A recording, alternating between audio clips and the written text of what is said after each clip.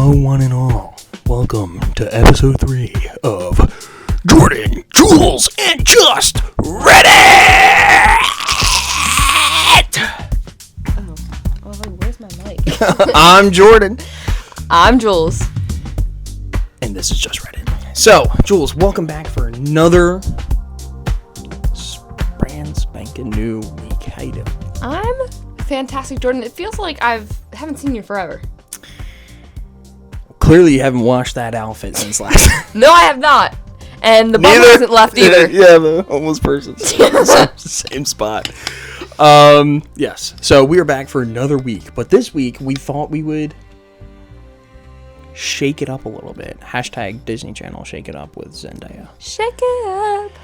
We are reading some stories from r/petty revenge. r/petty revenge. So some of you may not know, but petty revenge, I'll give you the little loadout that it gives at the top, is r/petty revenge. There's no description. You really thought he was going somewhere with that. Oh, wait, sorry. For all your stories of small victories over those who've wronged you. This was created November 1st, 2012, 4.6 million users, 93 online, top 1% ranked by size. So, I'll go ahead and kick things off. Entitled Woman hits my mother's car door. She takes revenge. This is not my story, but my mother's, and God rest her soul. She would want me to put it here. Apologies for formatting, I'm on mobile, etc., etc. I am too young to actually remember this happening, but one day as my mother and father were getting ready to leave the store in their slightly older car, a lady pulled in next to them with her nicer, newer car. As Karen opens the door, she hits the passenger car door where my mother is sitting. No big deal, and my mother said that she had apologized, things would have been different. However, Karen does not, and proceeds to walk off, and does not even acknowledge that she's done this. My mother bought being one to let things go, yells out her open window, "Hey, you hit our car door!" Exclamation mark. My dad tries to shush her, but this does not work. When my mother was in full mode, nothing stopped her. She was like a freight train going down the tracks. The lady looked at her like she soured milk and proceeds to walk off. This was a serious mistake. Because my mother proceeded to slam her car door open and announce, "Oh, I'm sorry, I hit your car door," over and over and over, as my dad tries to calm her down. Oh my God. Spoiler alert, he did not calm her down. She did this 7 or 8 times while the lady stood there with her mouth hanging open watching her. Finally, she shut the door and through the open window said, "Some people are so rude about hitting others' car doors," as my dad backed out and pulled away. People wonder where I got my petty bone from. I know it was from my dear mother. Rest her soul. Is this ask? Oh, okay. Oh my God. Would you have done the same thing? No. Mom had anger issues. I would. And the homeless person speaks. You have anything else to comment? Oh my God, the camera! Oh, I thought that was a camera. No, here, Like- look right over there. You gotta lean forward just a little bit. There you go. Now you're in. You better not zoom in on my face. I'm going to zoom in. I would totally do that. I would totally do that. I'd be so mad. I probably would have done it like maybe twice, maybe not 8 times. But definitely would have been like, "Oops, sorry. Didn't see your car there." Good guy. Thank you. This is what we have for this person. Pretzels. This is what made me sleep. Oh my gosh. All right, Jules, go ahead. Read us off another. Pause real quick. Cut the video so I can go pee. Don't trip over anything. I genuinely thought you tripped for anything. What does TLDR mean? Too long. Didn't read. Oh, okay. Excuse me. I'm keeping that in. That's fine. Okay, petty revenge. Applebee's manager shut down. 20 or so years ago, 3 friends of mine and I went to dinner. Keep in mind, we're all bar/restaurant owners or managers. It was a Saturday evening around 7 p.m. We arrive at Applebee's and get told we have to wait. Is something wrong? No. I'm showing off my pasty legs. No big deal. We expected as much. We're laughing and carrying, but not in an obnoxious way. We were outside the restaurant, by the way. We get called and sit, order drinks. We get told by the waitress and manager that we aren't allowed to be served because we've been drinking. We kind of looked at each other and like it's kind of a joke. The managers give us a big fake smile and tell us that company policy forbids selling of alcohol to obviously intoxicated people. We know there's no swaying her. We all get up without a word and go next door to Ruby Tuesdays. You really got him. We got in, sit at the bar, drink sodas, and wait for a table. We tell the bartender what happened. He gets his manager, and we tell him the story. She says, yeah, that's about right for them. Don't worry, you guys are sober. Enjoy a drink on the house. Yeah, yes. Fast forward 3 months later, that Applebee's closes down for whatever reason. Fast forward to a couple months later, the manager at Applebee's who shut us down comes into the restaurant looking for a job. She doesn't remember me, but I remember her. Coincidentally, one of the fellows from that night was in my place having a drink.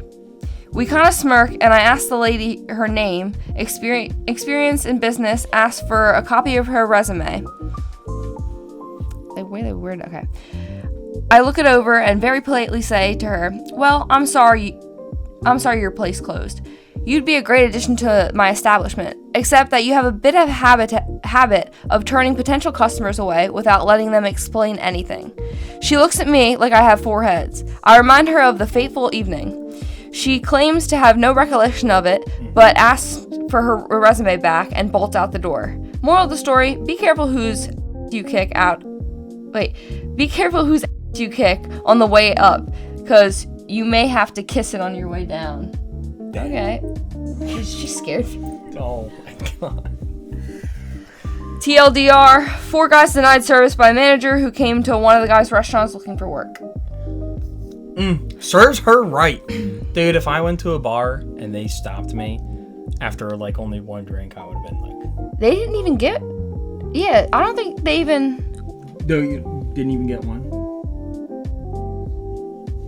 No, they didn't even get a drink. All right, oh, yeah, wait, hold on. We get called and sit, order drinks. Okay, yeah. It sounds like they ordered drinks. I don't know if they really got to drink them, though. Because they were just well, either way, if I don't get a drink or I've only had 1 drink and they're like, I'm going to be pissed. I'm going to be so pissed. I wonder what the point of that was, though. I don't know. I guess they just saw they were having a good time and Applebee's was just like, yeah. These people are having too much fun. No joy. Veto. The one part I don't get is, coincidentally, one of the fellows from that night was in my... Oh, I thought you said one of the guys in my place. In his restaurant. No, yeah, I thought he meant at his house, like in my place. Yeah, I was like... interviews in the house. And she's back. Go ahead. I've been back. Come on. Just walk a shame. Oh my gosh.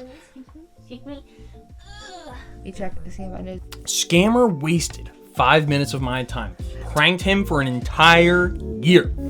Someone tried to pull an eBay refund scam on me. eBay and PayPal immediately spotted it and reversed the charge. But then he called me directly and told me they were wrong and I still need to give him money. Even providing a fake tracking number, I saw a great opportunity to mess with him. So I told him I would send him a very valuable package. But he has just need to call me back in a few days. A few days later, he called me back. And I, unfortunately, passed away. So he spoke with my manager, me, and over the course of a year, he ended up speaking with 12 different people, all me, at a fake company. Every time he called, I made things sound more absurd, assuming he would hang up on me. He ended up sticking with it for an entire year. I was even doing celebrity impressions and stopped giving them fake names. Some of them were just named celebrities like Michael Caine and Jeff Goldblum. After the first few calls, I started recording them, and then I taught myself animation so I could be able to share them online. I posted the first one recently if you want to check it out, and then I'll link to it. I never understood why it took so long for him to give up. I guess he was willing to endure anything for that non-existent package. I'm gonna watch it. Yeah.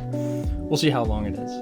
Have you ever sold something to somebody on eBay and All right, that's 13 mints long. We don't got time. We don't got time for that. If I remember, I'll put it in the description. Yeah. TLDW. Too long, didn't watch. Top comment was, my kid got another call yesterday. I don't get them anymore. Wanting to buy his property. He had her convinced he was going to sell her 10 acres of oceanfront property in Arizona for nearly 15 minutes.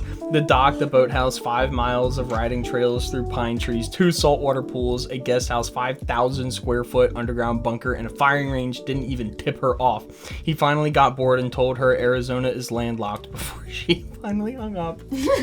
He had her locked in for a minute, though. Yeah. No, as soon as it said Arizona oceanfront property, I was like, oh my god. No. Ain't no way. That's crazy. Dude, I would love to do that. I love getting the videos on like YouTube and stuff where it's like oh my gosh, completely sidetracked. There was this team of like YouTube scammers who came together for 48 hours and defended people getting scams because they hacked into the scammers building, and they were in India, and for like 48 hours they saved people like over $1 million. Wasn't that like a competition, or is that different? No, they were just doing it. Okay, I was talking about like the hackers convention. No. Okay, that's great. That's awesome though. Yes. All those like nice old people that they saved their fucking. It literally is all old funds. people. Okay, my petty revenge: urine hair gel. Ew. Wait, urine hair gel? Yeah. Ew. Many moons ago, I played a sports team where everyone ran around and intentionally slammed into each other. IYK If you know, you know. If you know, you know. I knew that. Clearly somebody didn't know. No, I thought that was the sports team or something. Oh my god. Alright, anyway, please. If you know, I think we're clearly talking about football. There was this one very talented, yet very totally pompous mate who figured himself better than the rest. Granted, he was a talented athlete, but his personality definitely left something to be desired. He had a habit of continually mocking and degrading his teammates who didn't live up to his standards of fitness or appearance. There was a group of us who were more often than not the target of his latent self-loathing and douchebaggery. This guy was very vain in a way that was so cliche, it was like out of a bad after-school movie. Although relevant is that he fancied himself some kind of boogie biker, making a point to park his admittedly nice motorcycle in the most obnoxious places. I think this dude is Australian, and I think they're talking about rugby. Nice. So the revenge was prompted by observing his habit of fussing over his hair every day and then making comments about himself and his beauty in the third person whilst getting dressed, only to walk outside and smash a helmet on his head, thereby negating all the attention to his hair. After a while, I'd had enough of this and consulted a rather devious friend with a penchant for shenanigans and tomfoolery. Do they actually talk like this? Maybe. And tomfoolery. As a result of that, I stuck around late one day and carefully added a dose of my piss to his giant econ-sized bottle of hair gel. The next day, I let a few friends know about this, and from that day forward, we sat back and admired his hairstyling skills with a certain amount of pleasure. Not sure if he ever found out, but I know he'd have freaked if he'd ever known, as he was a bit of a germaphobe. Ew, TLDR, make fun of some fat kids and someone's gonna get piss in their hair care products. You hear that, folks? Yo, Moral of the story. leave it up to the Australians. And their tomfoolery.